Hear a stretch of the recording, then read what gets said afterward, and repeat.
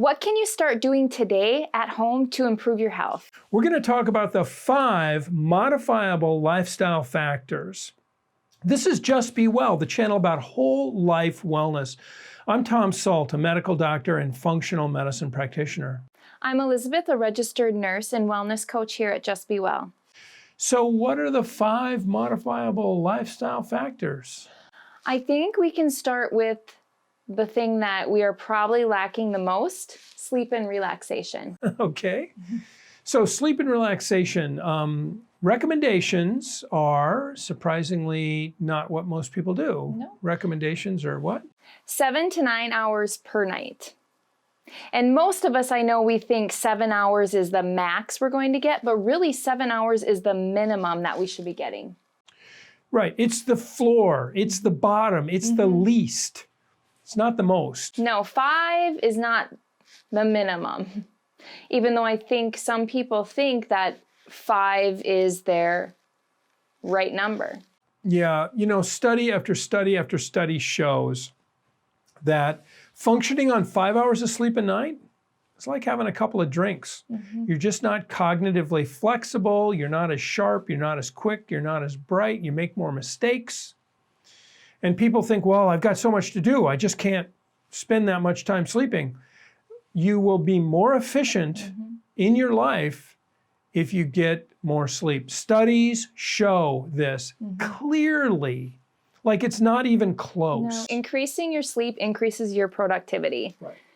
So really you are getting more done with less time. Yep. So what do we mean by relaxation?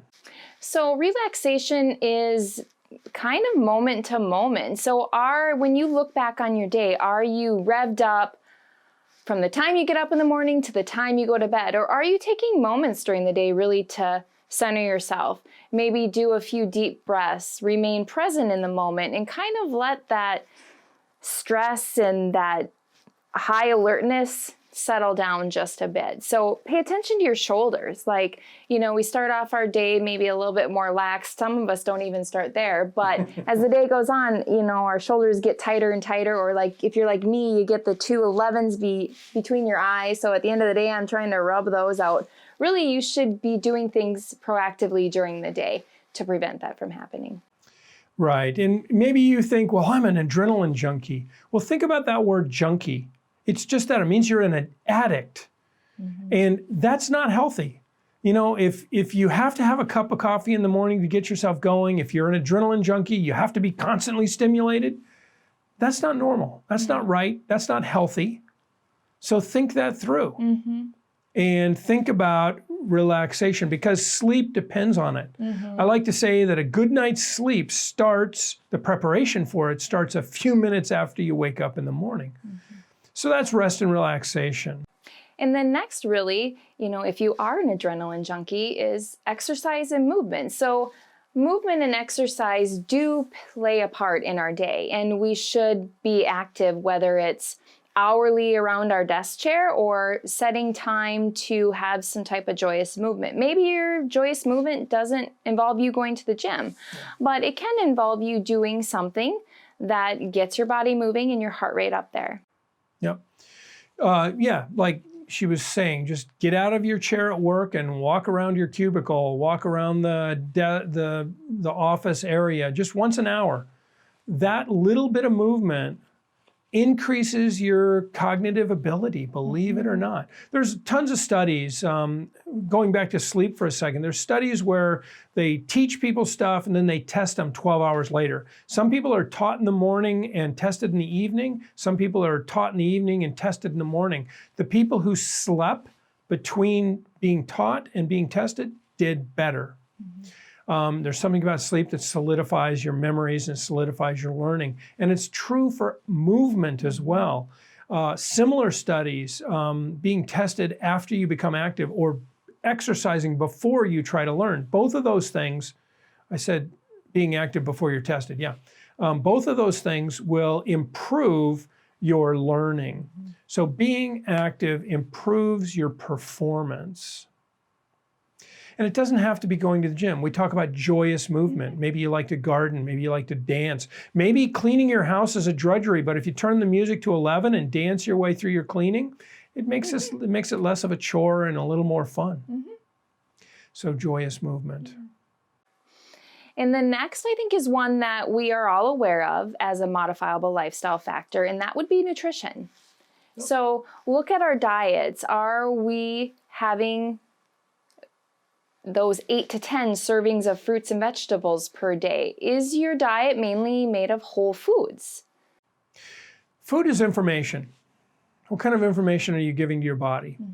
Are you giving your body junk information? You know, there's a thing in computer science, they say garbage in, garbage out, right? A computer can only give you the information, you can only make predictions or can only analyze the information you give it. The same is true for your body. If you're giving your body junk, your health will be junk. You're going to feel like junk. Yeah. So information, food is information. Are you giving your body good information or not so good information? Good information is phytonutrients, those things that come from plants. It's healthy meats, it's healthy nuts and seeds. It's not refined foods, refined carbohydrates, junk food. That spike your blood sugar, maybe give you a short rush and then a big crash. Yeah. You know, when I was in med school, every day at about 3 o'clock, I would go down to the little store below my apartment and I'd buy a Snicker bar and a Coke. And that was about 3. And about 5:30, I was crashing and burning, right? And it took me years to get past that addiction because I just had this idea that I needed this sugar jolt. Well, what I really needed was some sustainable energy over time. And now when I'm in that predicament, I'm going to eat a bowl of vegetables, literally a bowl of vegetables, or, you know, some organic corn chips or something like that that's going to be with me longer. Some fruit, dried fruit, nuts. Yep. That's an easy thing that you can take with you on the go or keep in your desk for those mid-afternoon crashes when you feel like you need to snack on something. Yep. And then the fourth, stress management.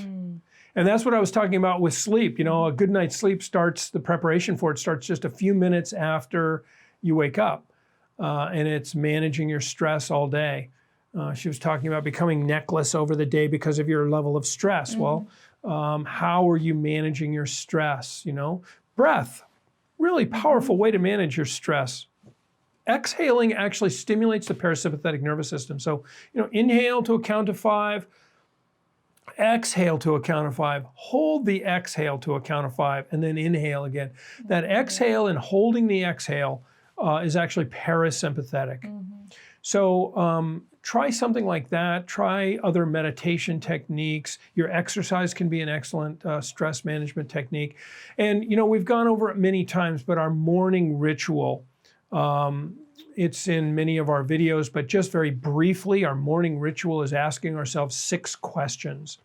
And if it's a quick morning and you're a little bit of a hurry, just spend 1 minute on each question. If you got more time, spend an hour on each question. But these questions sort of set the tone for the day. So the first question, what is my essence? What is my essence? And we ask that question for today in particular, but also in general. And then the second question, What is my offering? what am I offering today? And then third, we just kind of go into a stream of consciousness thought, or it's just basically sitting with yourself in silence and just seeing what kind of bubbles up to the surface. Yep, allowing and just your subconscious put to it be down on conscious. paper. Yep. And then third is, how do I apprehend joy? How do I apprehend joy? And we use these kind of oddball words like essence and so on because we want you to think about what the word means. Go look them up. Look at the synonyms. Get a broad and deep understanding of these words so that you don't have to be, you know, married to these words. Maybe a different word works better for you, but think of it in its broadest context. And then lastly, how will I manifest, not lastly, second to lastly, how will I manifest love? How will I manifest love in my life today? And how do I do it in general and, you know, throughout my life? And then lastly, Gratitude.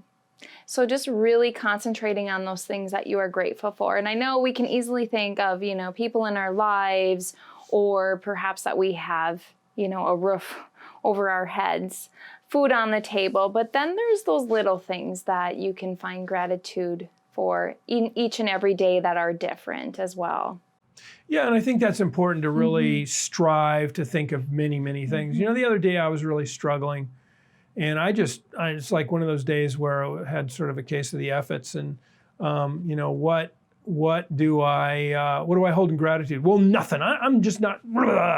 Well, the truth is, then I started, trying to get into that space, and I realized, well, at least I don't live in Kandahar. At least I can go out of my house and nobody's shooting me. Come to think of it, I have a house. I'm kind of grateful for that, especially since it's minus 18 degrees outside. So suddenly it was welling up in me what I really do actually have. And then I started thinking, well, I've got these beautiful children and grandchildren and these beautiful people in my life. And I was able to pull myself out of that morose, yucky morning and actually turn it into a beautiful day. So it's a really powerful technique for starting your day off right. Yeah. So that's really the stress piece, I think. So the last modifiable lifestyle factor is relationships. There was a giant study done in one of the Scandinavian countries where they looked at what common factors are there among people who reach into the very old ages of 90 or 100. And it turns out that the second most important thing was close personal relationships, people that you could rely on in your life. Relationships were extremely important to their overall health. And the single most important thing? Social integration. Social integration. So really those moment-to-moment interactions that you have with likely strangers. So whether it's you're opening the door for someone at the grocery store or talking to the barista at the coffee shop as she makes your beverage, just those little moments of making eye contact with somebody and smiling at them. And the study suggests that making eye contact is really important. So making eye contact, having a genuine moment with another human being, that was the single most important thing to reach significant longevity. So don't discount these interactions. They're really important to your health. All right, those are the 5 modifiable lifestyle factors. This is Just Be Well, the channel about whole life wellness. Look below in the comments because there's an opportunity to join our community where we do live Q&As a couple times a week. And there's lots of other lusty stuff down there in terms of downloads and stuff like that. So have a great week. Bye.